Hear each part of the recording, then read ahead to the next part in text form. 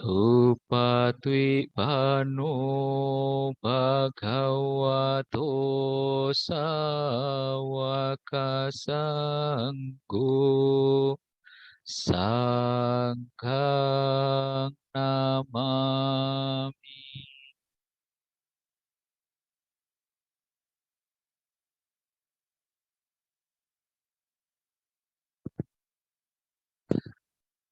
Ya mamhaku mayang bhagawantang saranang gata yono bhagawasata yasa ja mayang bhagavato dhammang rojema imehi sakarehi tang bhagawantang sasa dhammang sasawaka sanggang abhipujayama.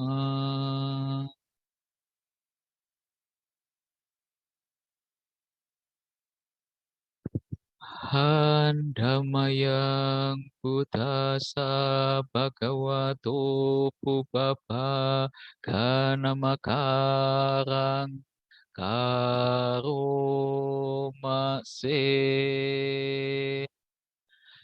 Namo tassa bhagavato arahato samma sambuddhassa.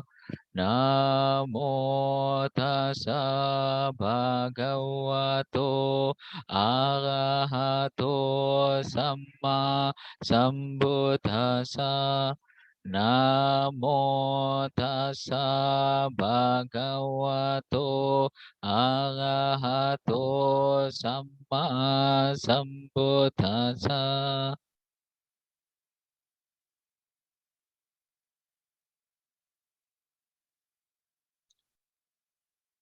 Handamayang sarana gamana patang panamase.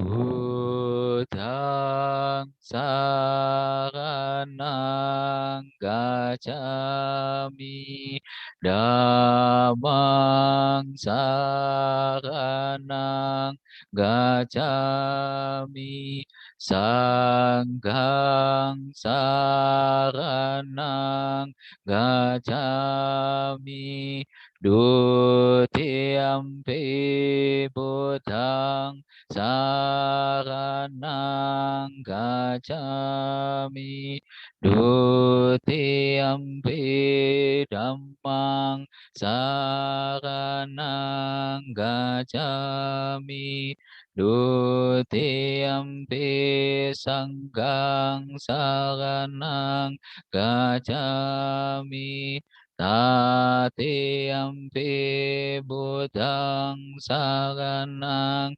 gacchami, tatiyampi dhammang saranang gacchami, tatiyampi sanghang saranang gacchami.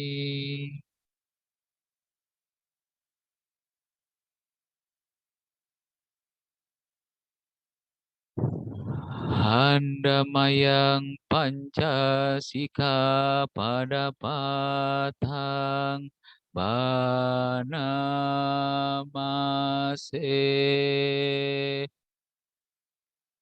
Panati pata weramani sikapadang samadhiyami. Adinna dana weramani sikapadang samadhiyami. Kame sumicacara weramani sikapadang samadhiyami. Musawada Weramani Sikkhapadang Samadhiyami. Surameraya Majapamadhatana. Weramani Sikkhapadang Samadhiyami.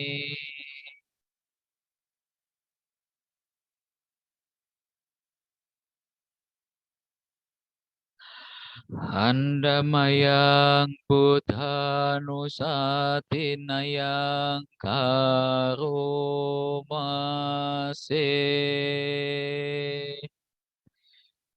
Iti piso bhagawa arahang sama sambuddho wijacarana sampanno sugato lokawidu anutaro purisa dhammasa Rati Sata Dewa Manusanang Buddho Bhagawati.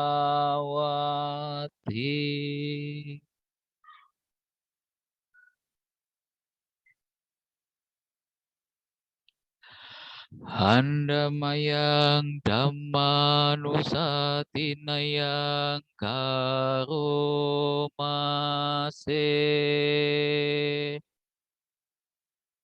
Swakato Bhagavata Dhammo Sanditiko Akaliko Ehipasiko Opanayiko Pacatang Weditabo Winyuhiti.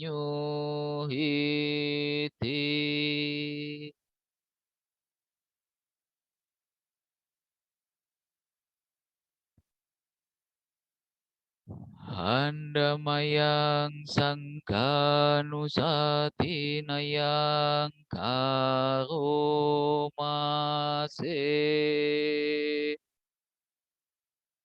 Supatwi pano bhagavato sawaka sanggo ujupatwi pano bhagavato sawaka sanggo Nyaya patwi pano bhagavato sawaka sanggo sami cipatwi pano bhagavato sawaka sanggo yadidang catari Purisa yugani Ata purisa pugala Esa bhagavato sawaka sanggo Ahuneyo pahuneyo dakineyo anjalikara niyo anutarang punya ketang lokasati.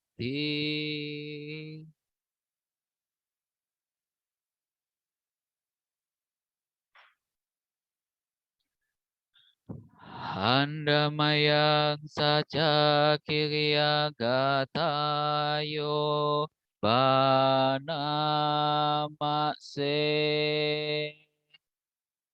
Nati me saranang anyang Buddho me saranang warang Etena sacawa jenna sotite otu sabada Nati me saranang anyang damo me saranang warang etenna sacawa jenna sotite otu sabada nati me saranang anyang sanggo me saranang warang etenna sacawa jenna sotite otu sabada.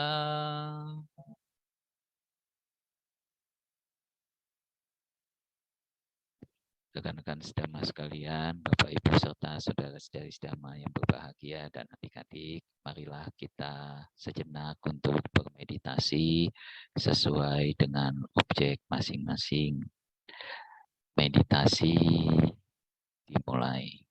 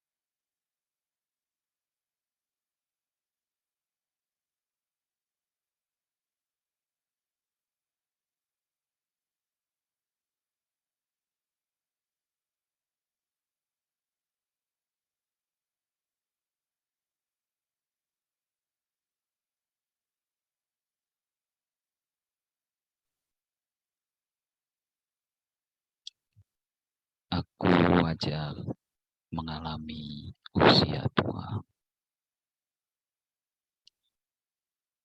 Aku takkan mampu menghindari usia tua. Aku wajar menyandang penyakit. Aku takkan mampu menghindari penyakit. Aku wajar mengalami kematian. Aku takkan mampu menghindari kematian. Segala milikku yang kucintai dan kusenangi wajar berubah, wajar terpisah dariku. Aku adalah pemilik perbuatanku sendiri, terwarisi oleh perbuatanku sendiri, lahir dari perbuatanku sendiri, berkerabat dengan perbuatanku sendiri, bergantung pada perbuatanku sendiri.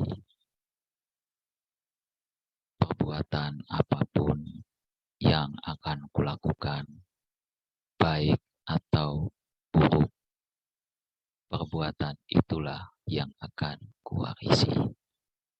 Demikian hendaknya kerap kali kita renungkan.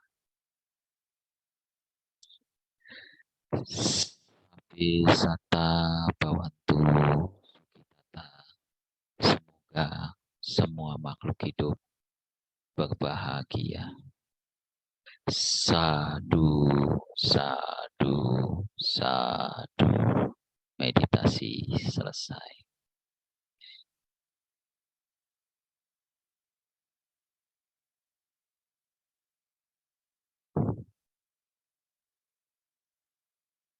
Baik, terima kasih kepada rekan-rekan sejama sekalian serta Bapak Ibu dan adik-adik yang berbahagia yang pada hari ini berkesempatan hadir kembali di Puja Bakti secara online ya, Gema Budi Sawalokita Suara pada Minggu pagi hari ini ya, sampai sudah menjelang siang ya. Sebelumnya terimalah salam dhamma dari saya, Namo Buddhaya. Rekan-rekan sedama sekalian, Bapak Ibu serta adik-adik yang berbahagia, pada prinsipnya hari ini saya ingin menyampaikan tentang bagaimana praktek melatih cinta kasih ya, praktek melatih cinta kasih. Nah, tentu kita tahu bahwa cinta kasih itu sendiri itu mungkin dengan bahasa apa? Bahasa teknisnya, bahasa teknisnya itu adalah yang kita kenal sebagai meta ya, yang kita kenal sebagai meta. Di sekolah ataupun di wihara-wihara kita mengenal cinta kasih itu, mengenal cinta kasih itu atau meta itu sendiri sebagai perwujudan dari bahwa kita dalam hal memberikan perhatian atau memberikan cinta kasih kepada semua makhluk. Nah, gitu ya, pada semua makhluk. Jadi tidak terkecuali makhluknya itu apakah jelek, apakah cantik gitu ya, atau apakah makhluknya itu kita benci atau kita cintai. Nah, kita tetap mencintai dia. Nah, ini yang sulit. Ini yang sulit kita lakukan di dalam kehidupan kita sehari-hari. Mengapa? Karena kalau yang tadi definisinya adalah kita mencintai yang bagus-bagus, orang yang kita memang sayang, itu adalah satu hal yang wajar. Nah, kenapa disebutnya wajar? Karena ya itu sesuatu yang kita inginkan, gitu ya. Mencintai seseorang atau mencintai sesuatu yang kita inginkan itu adalah sesuatu yang wajar. Jadi di sini kalau misalnya saya mencintai anak saya itu sesuatu yang wajar. Justru kalau saya kemplangin anak saya itu ya nggak wajar. Kan seperti itu ya. Nah, jadi kalau mencintai orang-orang yang kita cintai, yang dekat dengan kita, itu adalah sesuatu yang wajar. Itu adalah sesuatu yang wajar, sesuatu yang pada prinsipnya itu adalah merupakan sesuatu yang alamiah dilakukan oleh setiap orang, gitu ya. Misalnya saya memberikan perhatian kepada orang-orang yang ada di sini, yang saya kenal. Itu adalah sesuatu yang alamiah. Wajar-wajar saja itu terjadi seperti itu. Nah, tetapi apabila kita mencintai atau memberikan perhatian yang tulus kepada makhluk lain yang dalam tanda kutip tadi saya bilang, makhluk yang tidak kita sukai. Misalnya contoh, ada kecoa terbang di kamar mandi. Gitu. Itu bukannya mencintai malah teriak bareng. Gitu. Misalnya yang ada di sini gitu ya, tiba-tiba Anda-Anda semua sedang berada di kamar mandi, sedang asik-asiknya membuang sesuatu yang tidak kita sukai, gitu ya. Ah, Sedang enak-enaknya fokus membuang hal itu. Begitu pas dibuang, eh tiba-tiba di balik WC ada yang gelitik-gelitik. Ada yang gelitik-gelitik. Loh, apa nih? Kok ada kumis-kumis gitu. Nggak tahu ya kecoa. Wah, eh, saya yakin kita semua tidak akan mencintai si makhluk itu, gitu ya, si kecoa itu. Yang ada adalah Anda akan libas itu segala macam. Jangan-jangan kalau libas mungkin masih ini ya, masih respon kaget gitu. Nah, respon keduanya kan pasti ini berarti sudah sadar dong bahwa itu ada kehadiran seekor kecoa, gitu ya. Nah, setelah hadir seekor kecoa itu, nah maka respon selanjutnya ini yang agak berbahaya, yaitu apa? Kita langsung ambil baygon misalnya, langsung kita semprot, shes, langsung kita akhiri dengan pembunuhan gitu. Nah, itu adalah salah satu kesulitan di dalam praktek cinta kasih ini, gitu ya. Jadi cinta kasih ini tidak sembarangan untuk kita hanya berucap saja, tetapi ketika dipraktekkan sulitnya luar biasa. Karena kita hanya mencintai sesuatu yang kita senangi, sesuatu yang berada dekat dengan kita, sesuatu yang apa namanya indah-indah yang mendukung hidup kita. Saya yakin apa namanya kalau Anda semua pasti mencintai yang namanya uang. Nah, uang di dompet Anda pasti Anda cintai gitu. Tetapi uang di dompet seseorang lain gitu ya, orang lain ya dicintai juga sih. Gitu ya, dicintai juga sih. Tapi karena itu bukan milik kita gitu ya, jadinya wah wah itu bukan milik saya gitu ya. Oh, ya udahlah gitu. Saya cuma bisa ngeliatin aja gitu ya. Nah, itulah sebabnya mengapa kita ini penting untuk melatih praktek cinta kasih ini. Karena tidak hanya misalnya seperti puja bakti ini, kita tidak hanya mengucapkan bahwa meta, meta, meta. Hanya ucap saja itu gampang, tetapi prakteknya itu sulit gitu. Nah, kebetulan saya akan sharing sebuah pengalaman yang berharga di dalam saya mendidik anak gitu ya. Kebetulan saya punya anak gitu ya. Nah, ini kemarin ada pengalaman luar biasa ketika saya mendidik anak saya gitu ya. Praktek cinta kasih ini gitu ya.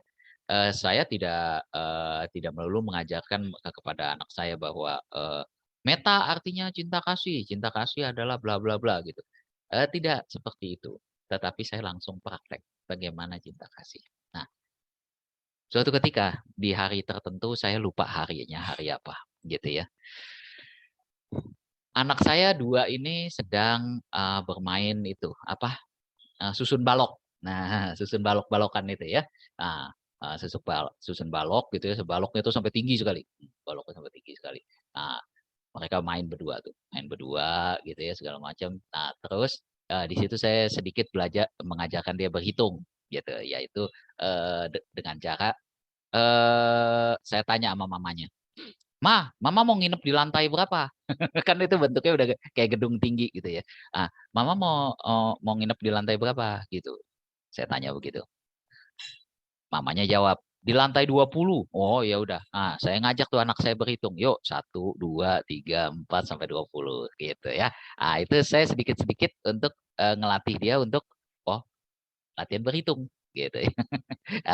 Itu masuk pelajaran sedikit-sedikit gitu ya. Jadi dari Dari apa namanya? Dari pelajaran sedikit-sedikit itu ya moga-moga dia nyerap gitu ya. Kira-kira modelnya seperti itu. Ya.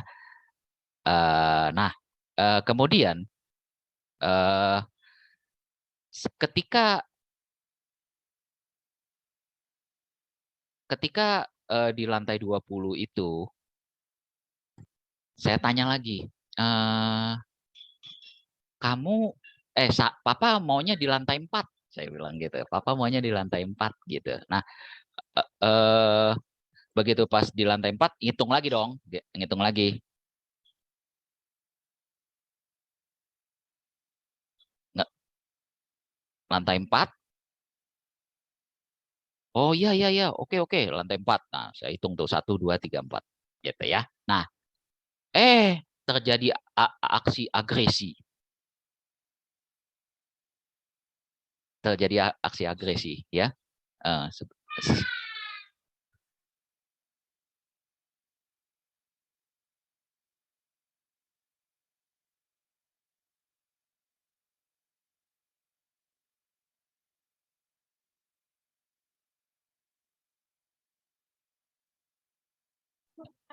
ya sebentar.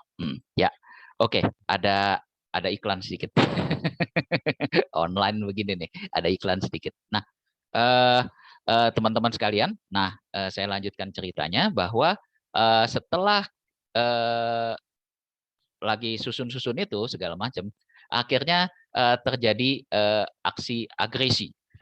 Terjadi aksi agresi. Nah, aksi agresinya itu adalah eh, tiba-tiba bangunannya itu dihancurkan sama kedua anak saya. Jeder! Wah, berantakan. Ya udah, saya ikutin aja. Ya udah, ayo mari kita hancurkan. Wah, udah hancurin kan semuanya kan. Juger, juger, juger, juger. Udah hancur. Hancur tuh udah semua. Gitu ya. Udah hancur tuh semua. Ya. Nah, setelah sudah hancur semua, eh, saya langsung ide spontan aja pada saat itu. Saya langsung ide spontan terpikir untuk melatih praktek cinta kasih. Ya itu saya bilang, saya teriak, ya, terutama si Renat tuh yang anak pertama saya. Ya, Nat, Mama masih ada di lantai 20. Gimana dong, bangunannya udah hancur. Apa yang terjadi? Nangis. Renat nangis. Wah, teriak. Renat nangis. Wah, teriak deh. Wah, Papa kenapa nggak suruh turun dulu? Ya, yeah. Kan dia yang hancurin. Kan dia yang hancurin gitu. Dia yang hancurin, dia sendiri yang teriak gitu.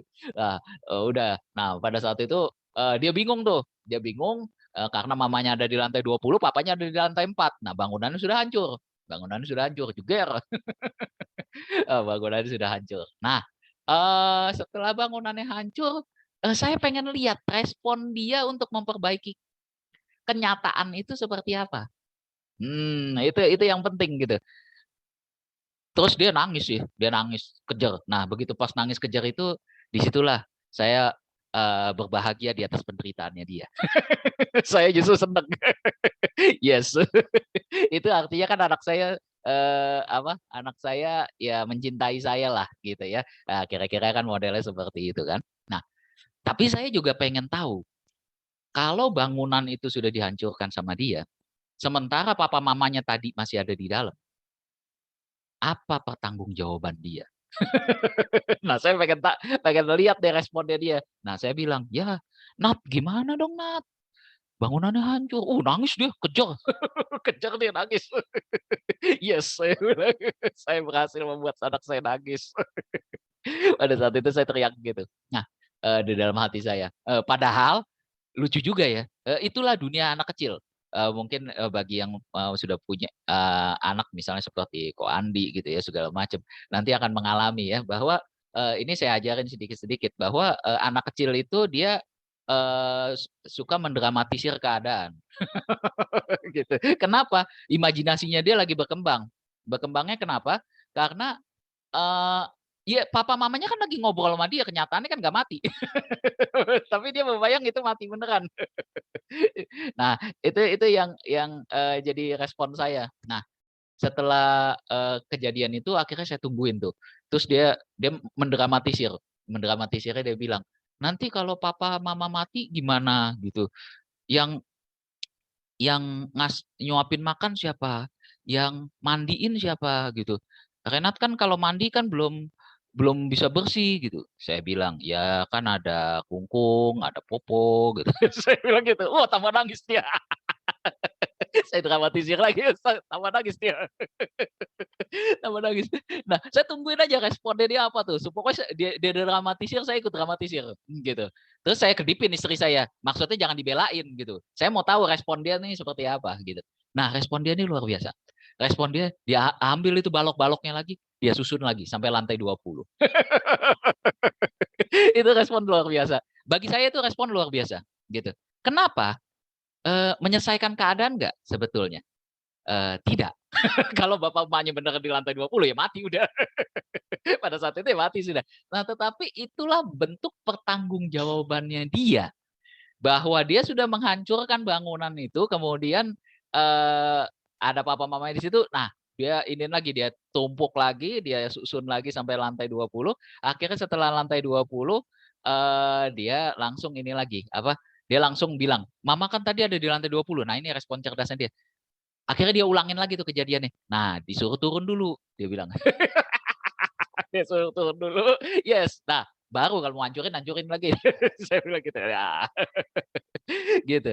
Ini sebuah respon yang cerdas gitu. Untuk tetapi kalau bicara soal respon itu, nah sekarang pertanyaan saya, ini adalah respon seorang anak kecil. Coba kalau misalnya respon kita yang sudah dewasa, yang sudah remaja dan segala macam. Kalau Anda sudah ada bangunan sudah hancur gitu. Ada orang yang meninggal di dalamnya. Apa solusi yang terbaik? Apa solusi yang terbaik? Solusi yang terbaik apa? Ya bangunannya ya dibikin lagi dong. Bener kan? Bener nggak? Bangunannya ya dibikin lagi. Iya kan? Bangunannya kalau bisa dibikin, dibikin lagi. Nah orangnya ya tidak bisa dihidupin lagi. Kan konsepnya seperti itu. Jadi benar, responnya itu betul. Responnya itu betul bahwa pada prinsipnya respon itu adalah sesuatu hal yang wajar. Betul bahwa kalau bangunan hancur itu ya bangunannya yang dibikin lagi. Gitu kan. Nah, konsepnya seperti itu. Nah, tetapi inti dari hal yang saya lakukan kepada anak saya itu adalah saya ingin melatih dia untuk praktek cinta kasih. Langsung praktek. Bagaimana kalau dia melihat kondisi di sekitarnya itu ada seseorang yang dia cintai. Ini tapi baru seseorang yang dia cintai ya, hilang begitu saja. Gitu ya. Nah, itu konsepnya seperti itu. Nah, nantinya di beberapa kesempatan yang lain gitu ya, saya juga melatih hal-hal yang lain lagi, yaitu bagaimana dia merespon kucing misalnya.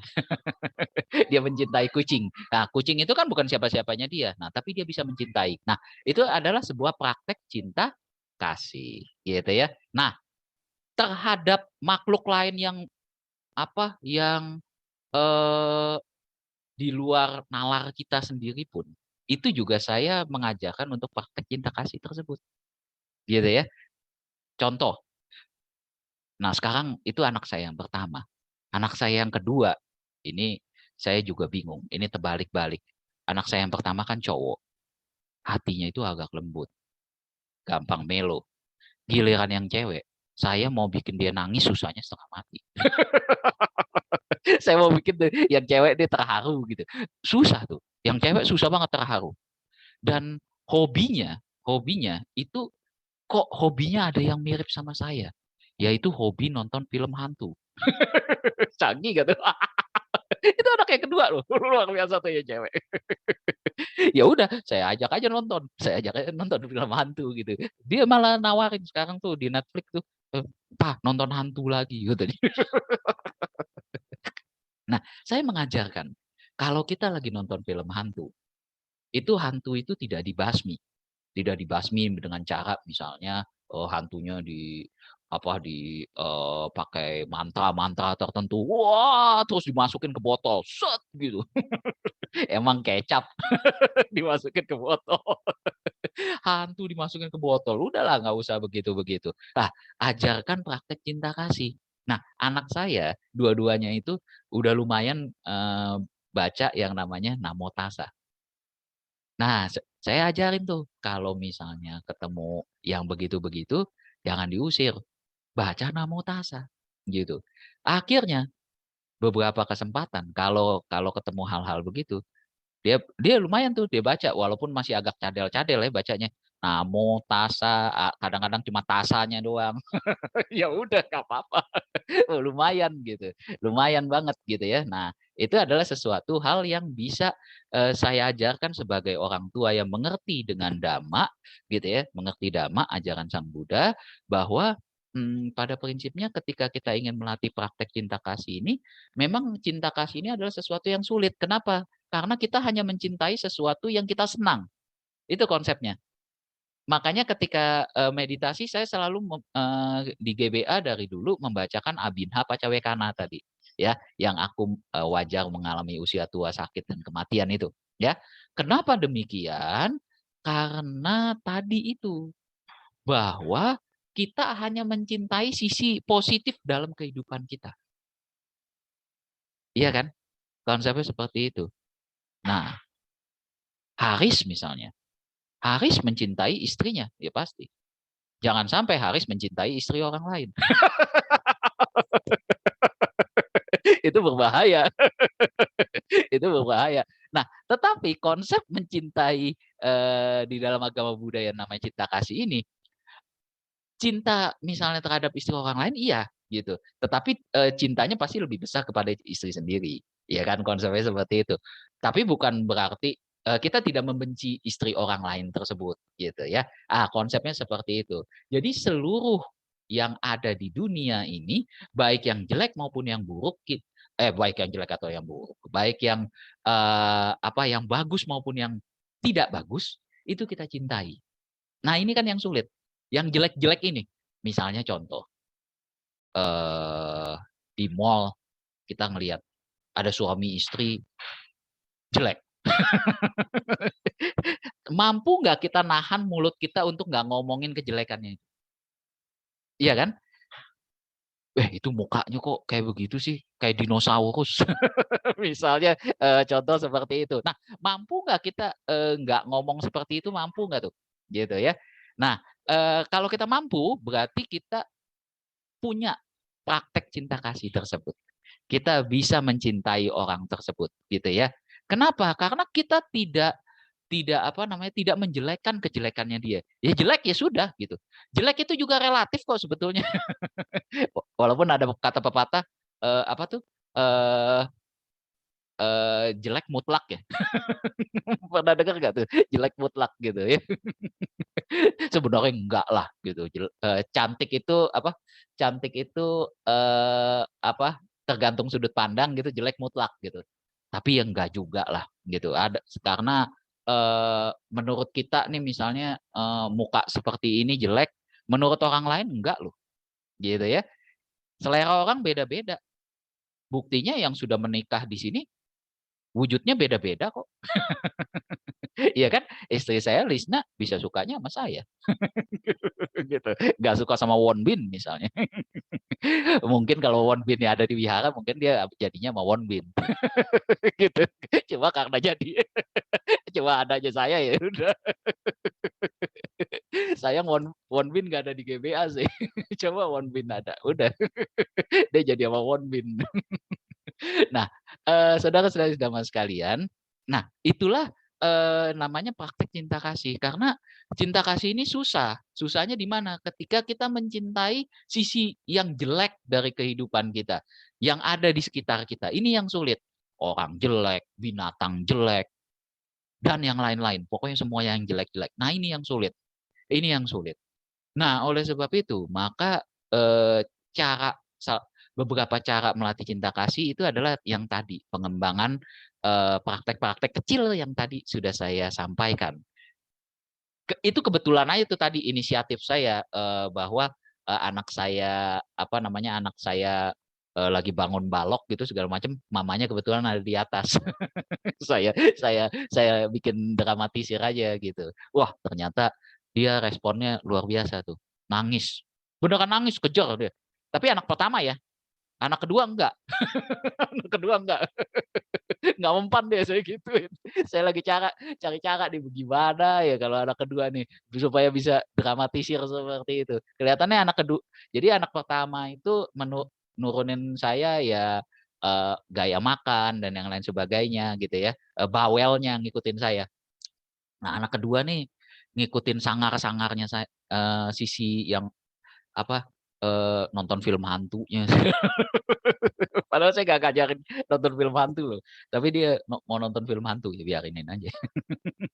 Saya tantangin malah begitu pas HP saya diambil gitu dia mau nonton film hantu ya udah saya kasih aja. Saya mau tahu sampai habis nggak dia nonton. Nggak tahu di scene tertentu dia nangis tiba-tiba. Anak yang kedua. Kemarin tuh kejadian nangis. Saya kaget ada apaan gitu. Nggak tahu dia nonton film hantu, kebetulan film hantunya itu ada adegan orang ketabrak palanya pecah. Di situ dia takut. Oh, bisa juga saya. Oh, gini cara dia bikin dia nangis. Kembali lagi saya berbahagia di atas penderitaannya dia. Kacau ya, punya orang tua kayak saya ya. Sering ngerjain anak. Nah, nanti kalau yang udah punya anak nih segala macam boleh sesekali ngerjain anak dalam tanda kutip ya. Maksudnya itu sekalian mendidik sebetulnya, sekalian mendidik ada pelajaran-pelajaran, muatan pelajaran yang kita masukkan di dalam hal tersebut gitu. Yang kayak seperti tadi praktek cinta kasih gitu ya. Cara melatihnya seperti itu gitu ya. Bagaimana kita bisa menempatkan bahwa ketika seseorang menderita, ketika makhluk lain menderita, apakah kita bisa untuk mencoba mengatasi penderitaan si makhluk itu, gitu kan? Nah itu makanya tadi yang si Renat ketika nyusun balok hancur, dia susun lagi, gitu. Dia berharap dengan menyusun balok itu kembali, maka papa yang mamanya bisa kembali turun lagi. Jadi turun dulu baru dihancurin lagi tuh balok gitu. Nah, itu konsepnya seperti itu. Nah, itu adalah salah satu praktek cinta kasih. Praktek cinta kasih yang lainnya adalah biasa umat Buddha melakukan yang namanya function, ya, pelepasan makhluk. Saya lihat di agama Buddha, praktek itu adalah sesuatu yang unik, ya. Kita melepas makhluk macam-macam, ya. Nah, ke alamnya, ya, ke alamnya. Jadi yang biasa kita lepaskan apa? Ikan. Pada konsepnya makhluk apa sih yang bisa kita lepas di praktek function itu adalah makhluk yang sedang dalam kondisi menderita. Begitu, ya. Makhluk yang sedang dalam kondisi menderita. Anda lihat lele.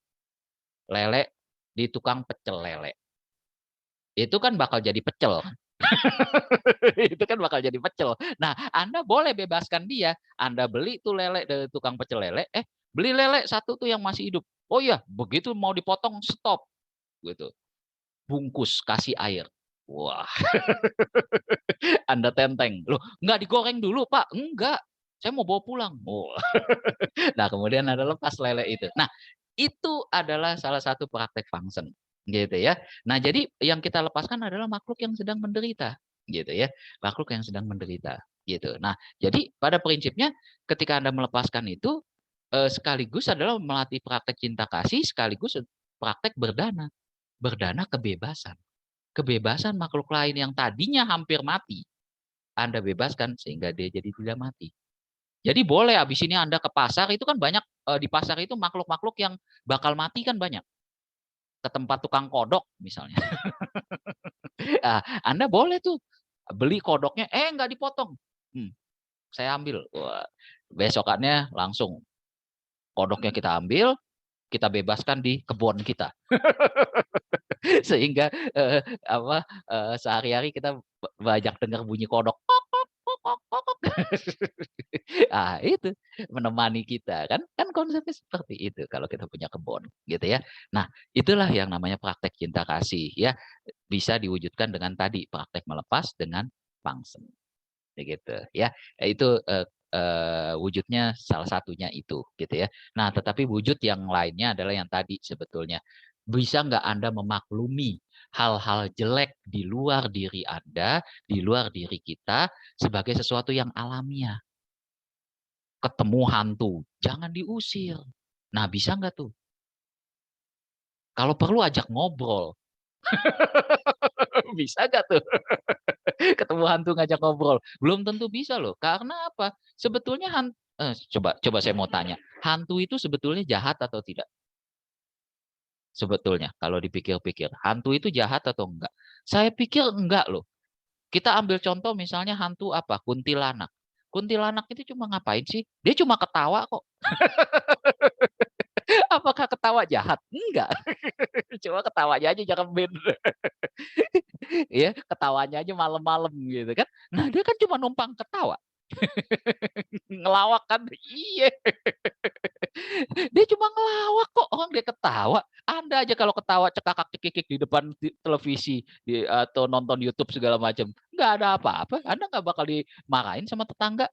Tapi kenapa kalau dia cuma ngelawak di atas pohon, dia ketawa-ketawa, Andanya malah menderita? Kan nggak apa-apa gitu. Iya nggak? Jahat kok. Ketawanya sendirian. Loh, Wimala nggak boleh begitu. Wimala pernah nggak di kosan ketawa sendirian? Kan nggak apa-apa. Jahatnya di mana coba? Itu baru kuntilanak ya. Apalagi, wah, misalnya suster ngesot. Wah, suster ngesot misalnya contoh seperti itu. Apakah dia jahat? Tidak. Orang dia cuma ngesot-ngesot doang kok. Dia cuma mau minta tolong. Tolong perbaikin kaki gue. Lah ya kan begitu. Jahatnya di mana? Nggak ada. Itu kalau kita mau lihat dari sisi positif ya. Tapi semua makhluk kan seperti itu. Benar nggak? Apa bedanya Anda melihat hantu dengan melihat misalnya gembel di pinggir jalan? Itu kan konsepnya sebetulnya mirip gitu ya. Gembel yang kakinya buntung misalnya segala macam, kemudian dia minta-minta. Kan persis. Itu bahasa teknisnya kita sebut sebagai makhluk peta kan, ya. Peta watu gitu ya. Nah, tidak ada yang jelek dia di dalam hidupnya. Kita aja yang ngelihat bahwa mereka wujudnya memang mengerikan gitu ya, mengerikan. Nah, tetapi pada prinsipnya mereka sih ya udah makhluk netral aja sebetulnya. Justru di dalam pandangan agama Buddha mereka makhluk yang patut untuk dibantu gitu. Makanya tadi yang saya bilang, kalau Wimala misalnya bilang tadi dia ketawanya sendirian, ya udah Wimala temenin dong biar ketawa bareng. Di samping itu kuntilanak. Ya boleh aja silakan aja. Boleh. Daripada dia ketawa sendirian, mendingan Wimala bawain kopi sama singkong goreng. Biar ketawa bareng. Nonton YouTube kayak bareng sama kuntilanak. Kan beres tuh. Nah, kalau Wimala sudah sama susu matang, kan beres kalau udah kayak begitu, ya kan? Itu konsepnya seperti itu. Begitu diminum kopinya kan, kopi hitam padahal, kok manis, KKN di desa penari, kan ada scene tuh, udah pada nonton bukan?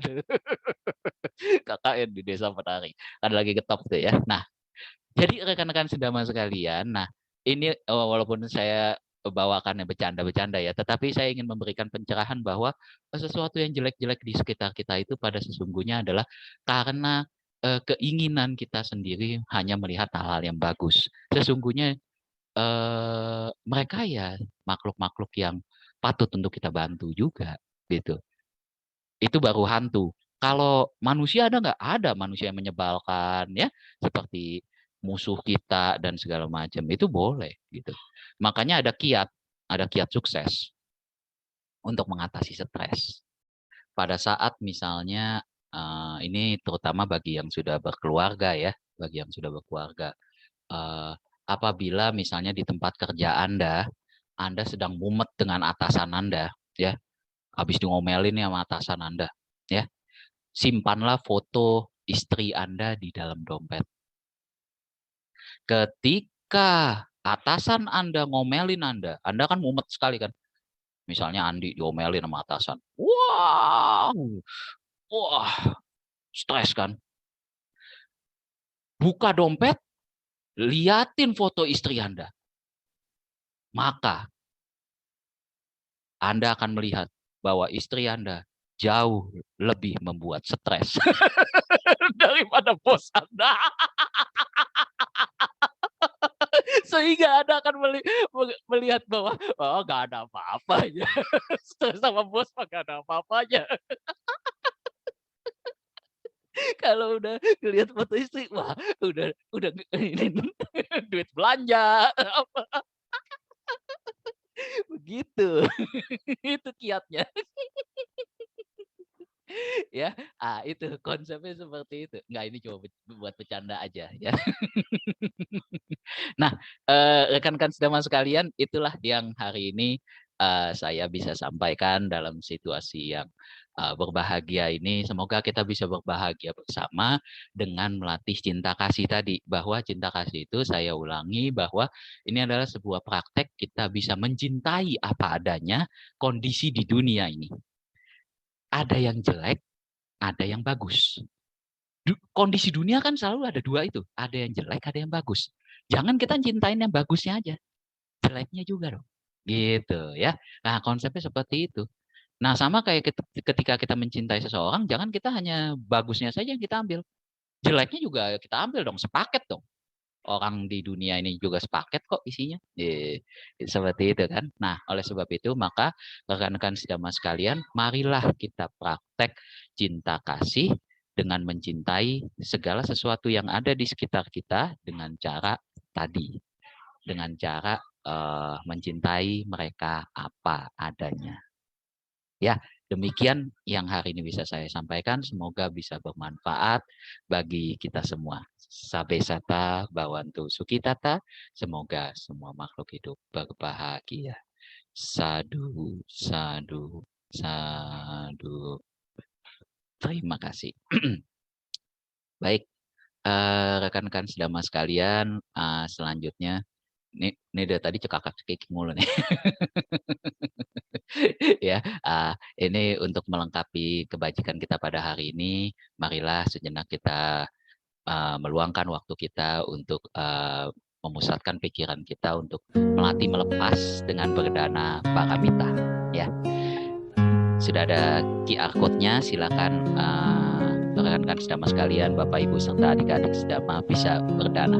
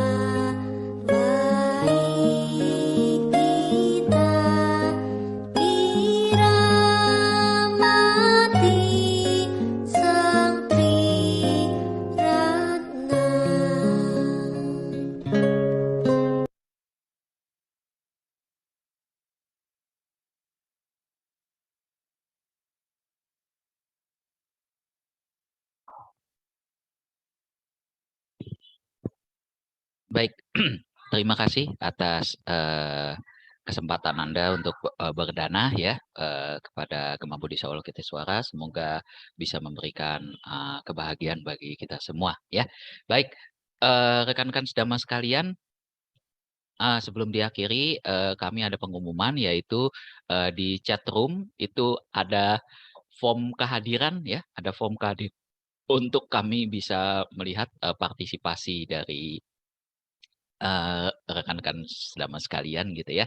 Nah, boleh silakan kalau ya belum mengisi, silakan boleh diisi supaya kami bisa apa namanya, bisa merekap presensi kehadiran setiap hari Minggu dari rekan-rekan serta adik-adik ya. Nah, yang berikutnya adalah nanti setelah puja bakti selesai gitu ya, seperti biasa kita mau ada foto-foto gitu ya. Nah, jadi jangan kita live dulu gitu ya, jangan live dulu, kita mau ada foto-foto dulu gitu ya. Nah, supaya kegiatan kita ini bisa terdokumentasi dengan baik, dan dokumentasi kita ini saya ingatkan juga untuk sekaligus publikasi sudah ada di YouTube GBA dan juga Instagram. Wih. Kita mau jadi kekinian gitu ya. Nah, sudah ada tuh ya di Instagram maupun di YouTube gitu ya. Nah, silakan boleh dilihat gitu ya, like, comment, subscribe. Ya, kayak biasa YouTuber sekarang gitu ya. Nah, supaya mendukung channel kita juga begitu ya. Nah, seperti itu. Baik, rekan-rekan sedama sekalian, terima kasih. Selanjutnya kita akan mengakhiri dengan pembacaan parita-parita suci, parita pelimpahan jasa, patidana, dan amakarapata.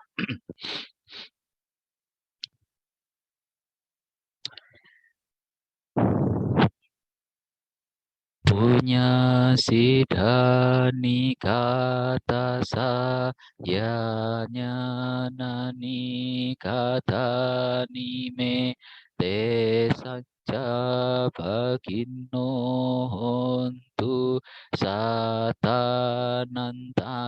pamanaka ye piya gunawan taja mayang mata pita dayo dita me capya ditawa ane majata werino sata titanti lokasming te buma catuyo nika panceka catuo kara sangsaranta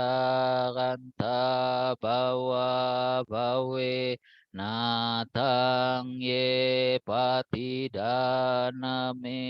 anumodantu te sayang ye cimang napajananti dewa te sang niwedayung maya dinana punyanang anumodana hetuna sabe sata sada hontu awera sukajiwino kema padanca papontu te sasa si jatang subah. Semoga jasa-jasa yang kuperbuat saat ini atau di waktu lain dibagikan kepada semua makhluk di sini tak terbatas, tak ternilai. Mereka yang kukasihi serta berbudi luhur seperti ayah dan ibu yang terlihat maupun yang tidak terlihat, yang bersikap netral maupun yang bermusuhan. Makhluk-makhluk yang berada di alam semesta, di 3 alam 4 jenis kelahiran, baik terdiri dari 5, 1, atau 4 bagian yang tersebar di alam-alam besar maupun kecil. Semoga dengan pelimpahan jasaku ini mereka bergembira setelah mengetahuinya. dan kepada mereka yang tidak mengetahui, semoga para dewa memberitakannya. Berkat jasa-jasa yang kupersembahkan ini, yang membawa kegembiraan, semoga semua makhluk selamanya hidup berbahagia, bebas dari kebencian. Semoga mereka mendapatkan jalan kedamaian. Semoga cita-cita luhur mereka tercapai. Sadu, sadu, sadu. Nama Karapata. Arahang Sama Sambuddho Bhagava Buddhang Bhagawantang Abhiwademi.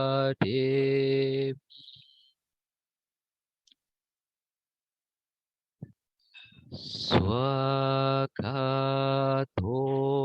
Bhagavata Dhammo Dhammang Namasami.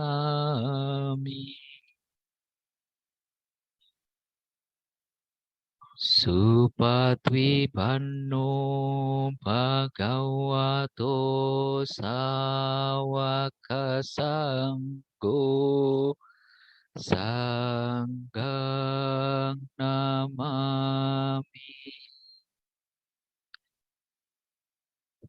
Sabe Sata Bawantu Sukitata, semoga semua makhluk hidup berbahagia. Sadu, sadu, sadu. Iya, baik. Terima kasih rekan-rekan sedama sekalian serta adik-adik yang berbahagia pada hari ini bisa berkumpul di Puja Bakti kita secara online ini, gitu ya.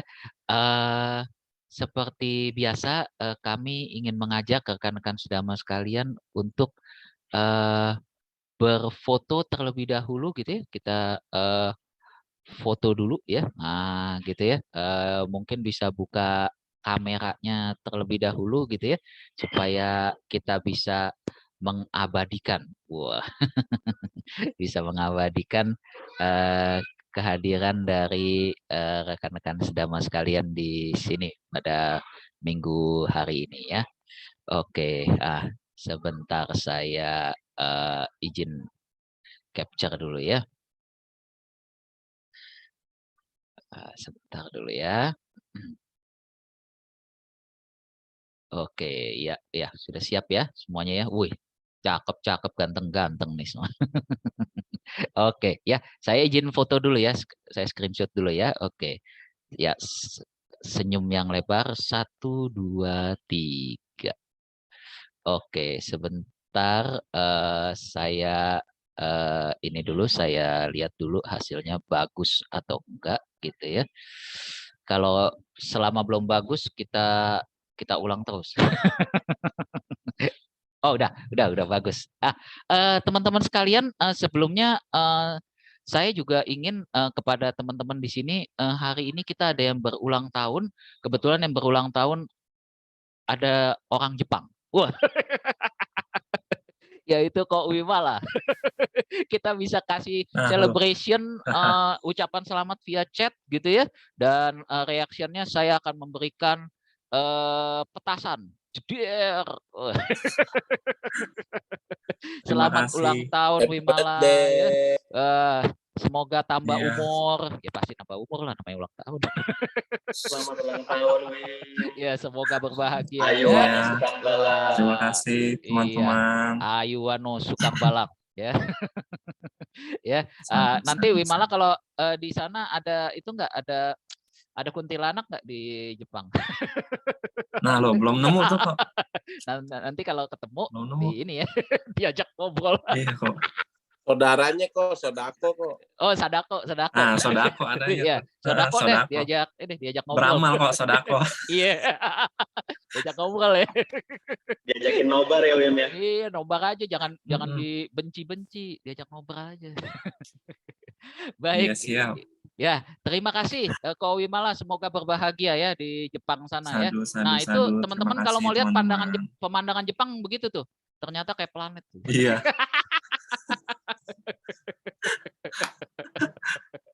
Pemandangan Jepang tuh. Mm-mm. Ya, baik ya. Baik, terima kasih kepada teman-teman semuanya atas kehadiran hari ini gitu ya. Semoga kita semuanya bisa senantiasa selalu berbahagia. Baik, terima kasih semuanya. Selamat siang, Namo Buddhaya. Namo Buddhaya. Namo Terima Buddhaya. kasih.